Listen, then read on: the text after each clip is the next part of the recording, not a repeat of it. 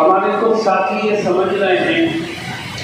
یہ جو گفتگو آپ کے سامنے ہو رہی ہے یہ ایجنڈے سے ظاہر ہے، حالانکہ ایجنڈے میں ایک دفعہ ہے تعمیری پروگرام اور دفاعی کاموں پر نظر، یہ اسی سے متعلق ہے، اور میں ایجنڈے کی تمام دفعات کو سامنے رکھ کے میں نے کچھ کہا بھی تھا، میں پھر کہتا ہوں۔ اس وقت سب سے اہم چیز یہ ہے، ایجنڈے میں بھی اسے سب سے پہلے رکھا گیا کہ جو حالات ہیں وہ ہمارے اور مسلم معاشرے کے خراب ہونے کی وجہ سے ہیں، ہماری محنت کا مرکز معاشرے کی اصلاح اور مسلمانوں کو صحیح راہ دکھا کر گناہوں کی نفرت ان کے دلوں میں بٹھانا اور ان کو اللہ اور رسول کی اطاعت پر آمادہ کرنا، یہ ہماری پہلی اور اولین کوشش ہونی چاہیے، اسی سے حالات بدلے۔ دوسری چیز ہے مدارس کے سلسلے میں جو اس وقت لوگوں کے ذہنوں میں تشویش ہے، اس کے حوالے سے میں نے چند باتیں کہی اور میں مزید کہتا ہوں کہ آپ دو چار چیزیں ایسی ہیں جن کو درست کیجیے، وقت کا تقاضا ہے ان کی طرف توجہ دینا۔ سب سے پہلی چیز یہ کہ بہت سے مدرسے ایسے ہیں جن کی زمینیں خود مدرسے کے نام نہیں ہیں، جس شخص نے مدرسے کو دی آج تک زمین اسی شخص کے نام ہے،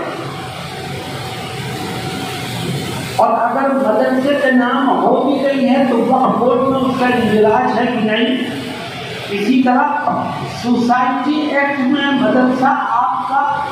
چڑھا ہوا ہے کہ نہیں ہے۔ اسی طرح آپ کے مدرسے کا حساب و کتاب سرکاری آڈیٹر کے ذریعہ آڈٹ ہوتا ہے یا نہیں۔ آپ اپنی پشت کو مضبوط کریں، پھر میدان میں آئیں، انشاءاللہ جو آپ سے ٹکرائے گا وہ پاش۔ لیکن آپ کی پشت خود کمزور ہو اور صرف زبانی جمع خرچ کریں آپ، تو یاد رکھیے دشواریاں مزید سے مزید تر ہو جائیں۔ ہم نے جمعیت کے پلیٹ فارم سے بھی اور رابطۂ مدارس کے پلیٹ فارم سے بھی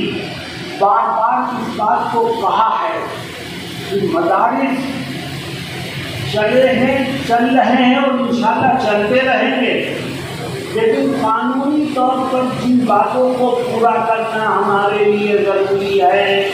ہم ان سے صرف نظر نہیں کرتے۔ خاص طور پر موجودہ حالات میں ہمیں ان کے تقاضوں کو پورا کرنا چاہیے۔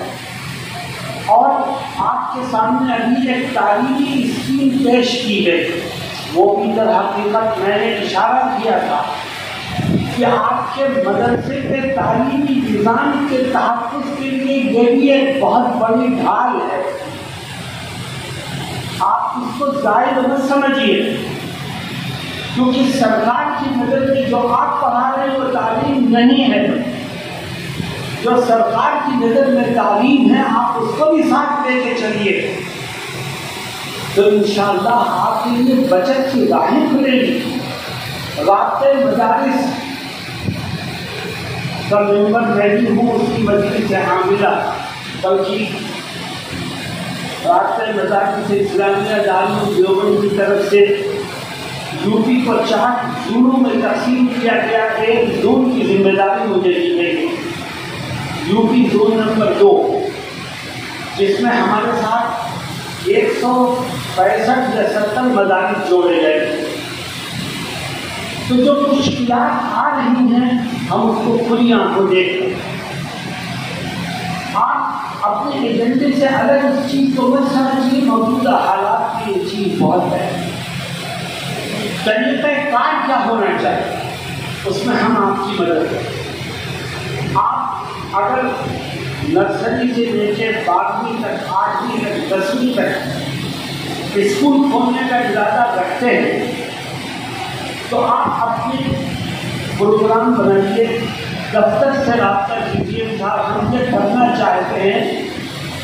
آپ کو جہاں جہاں دشواری پیش آئے وہاں قانونی طور پر جو مدد ہو سکے انشاءاللہ ہم آپ کی وہ مدد کریں اور آپ کے لیے آگے بڑھنے کے راستوں کو کھولا جائے۔ اسی طرح نثار صاحب نے جو دوسری بات فرمائی، رفاہی کام، جمعیت کا رفاہی کام ہی خدمت خلق ہے۔ حقیقت یہی ہے کہ آپ غریبوں تک ہندو مسلم کے فرق کو مٹا کر کے غریبوں تک آپ کے مدد کے ہاتھ پہنچیں گے تو اس سے بھی ملک کے حالات میں سوچ و فکر میں تبدیلی آئی ہے اور انشاءاللہ آئی گی۔ آج ہم یہ سوچتے ہیں کہ ہم جو کر رہے ہیں پر اس سے ہمیں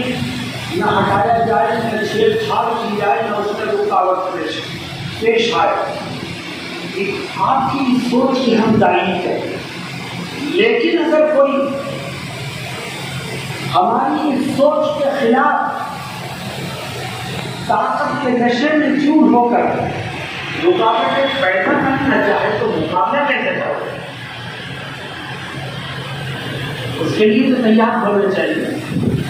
اور آپ کے پاس تیاری کچھ نہیں ہوگی تو آپ میدان میں ایک لڑکے کے لیے نہیں کرتے۔ اس بات کو سمجھنے کی کوشش کرنی چاہیے۔ اگر ہم بات کو نہیں سمجھیں گے اور جو بات کہی جا رہی ہے اس کی گہرائی تک اتر کر کے اس سے حاصل ہونے والے منافع کو ذہن و دماغ میں نہیں بٹھائیں گے تو یاد رکھیے آپ نے کوئی ہماری مدد کے لیے کھڑے ہونے کو تیار نہیں ہے۔ یہ دوستوں جمیل علماء آپ کو بہت دکھا رہی ہے اور کوئی اور ہے نہیں جو آپ کو اس مشکل وقت میں صحیح ہو دکھا رہے ہیں۔ آپ کی انشاءاللہ مسجدیں بھی محفوظ ہیں اور انشاءاللہ آپ کے مدرسے بھی محفوظ ہیں، لیکن آپ یہ طے کریں کہ آپ سے بڑے آپ کو جو لوگ دکھائیں گے آپ اس پر عمل کر کے انشاءاللہ ہر طرح کی جدوجہد، ہر طرح کی کامیابی اور ہر طرح کی کامرانی کو حاصل کرنے کی کوشش ہے۔ تو میں اس کے لیے تیار ہے میرے دوستوں اور ساتھیوں، جو یہ کرنا کبھی آپ کو جوش اور جذبے کے تحت ورغلا کر کے روڈ پر نکلنے کی تعلیم نہیں دے گی، جمعیت جوش کے بجائے ہوش سے کام لینے کی ترغیب دے دی اور جمعیت کرنا ہمیشہ کہتی ہے کہ قانون کو توڑنے والے مت بنو بلکہ قانون کے دائرے میں رہ کر کے کام کرنے والے۔ آپ اگر جوش میں آ کر کے اقدام کرنا چاہتے ہیں تو یاد رکھیے جنت کی سوچ سے برخلاف اور دلور سوچ رکھتے ہیں آپ کا راستہ الگ ہے، ہمارا راستہ۔ ہم ہمیشہ کہتے ہیں کہ جذبات کو قابو میں رکھیے اور انشاءاللہ کامیابی آپ کو ابھی تک ملی ہے، آگے بھی ملے گی۔ یہ تو حالات ہیں، حالات آپ کے پیروں کو اکھاڑنے کے لیے نہیں آتے، حالات آپ کے پیروں کو جمانے کے لیے آتے، حالات آپ کو کمزور کرنے کے لیے نہیں آتے، حالات آپ کو مضبوط بنانے کے لیے آتے۔ آپ کے اندر جو کمزوریاں ہیں، ہمارے اندر جو فکری اور عملی کوتاہیاں ہیں، حالات آئے ہیں تاکہ ہم ان کوتاہیوں کو ختم کر کے اپنے آپ کو مضبوط بنا کر کے پیش کریں اور انشاءاللہ کوئی ہمارے وجود کو، ہماری شناخت کو، ہمارے اداروں کو، ہماری عبادت گاہوں کو جٹانے کا تصور بھی اپنے ذہن میں نہیں لا سکے گا اور کامیابیاں اس کو کبھی نہیں ملیں گی۔ میرے دوستوں اور ساتھیوں، میں مزید ایجنڈے پر گفتگو کرنے کے لیے حضرت مولانا